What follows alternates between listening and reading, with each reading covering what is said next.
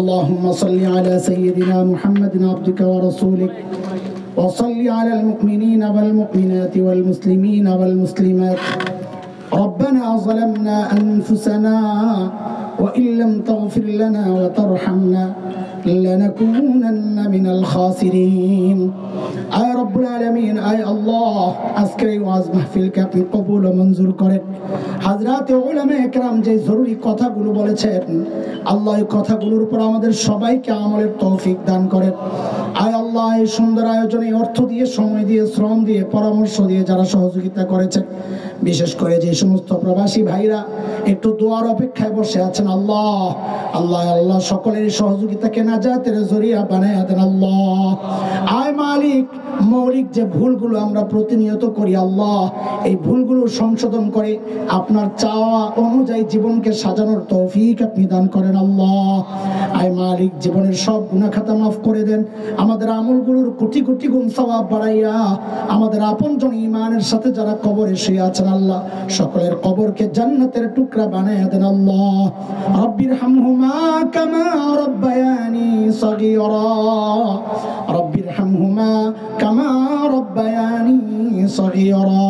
মওলা কারীম, আয় আল্লাহ প্রত্যেকের দিলের নেক আরজিগুলো আপনি পুরা করে দেন আল্লাহ।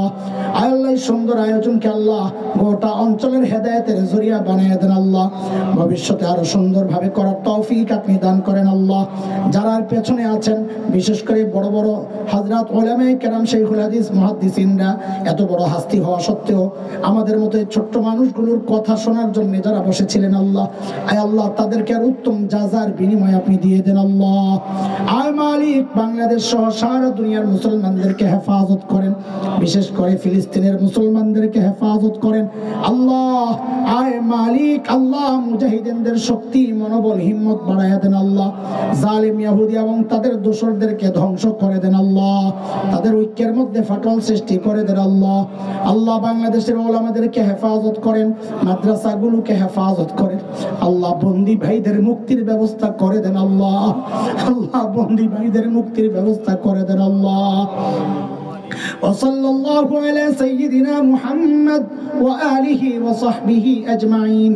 আয় মালিক, অনেকে অসুস্থ, এক ভাই ক্যান্সার রোগে আক্রান্ত, আল্লাহ যারা যারা অসুস্থ আছেন, আল্লাহ সবাইকে আপনি সুস্থতার নিয়ামত দিয়ে দেন আল্লাহ। যারা ঋণগ্রস্ত আছে, ঋণ থেকে মুক্ত করে দেন, অভাবী মানুষের অভাব দূর করে দেন আল্লাহ। বেকারদের কাজের ব্যবস্থা করে দেন, অনেকে দেশের বাইরে যেতে চাচ্ছেন, আল্লাহ রাস্তা সহজ করে দেন, ব্যবসায়ীদের ব্যবসায় বরকত দিয়ে দেন আল্লাহ। ঘরে ঘরে শান্তি নাজিল করেন, পারিবারিক কলহ দূর করে দেন, প্রত্যেকটা ঘরকে আপনার রহমতের চাদরে ঢেকে দেন আল্লাহ। সাল্লাল্লাহু আলা সাইয়্যিদিনা মুহাম্মাদিন ওয়া আলিহি ওয়া সাহবিহি আজমাইন। সুবহানা রাব্বিকা রাব্বিল ইজ্জাতি আম্মা ইয়াসিফুন ওয়া সালামুন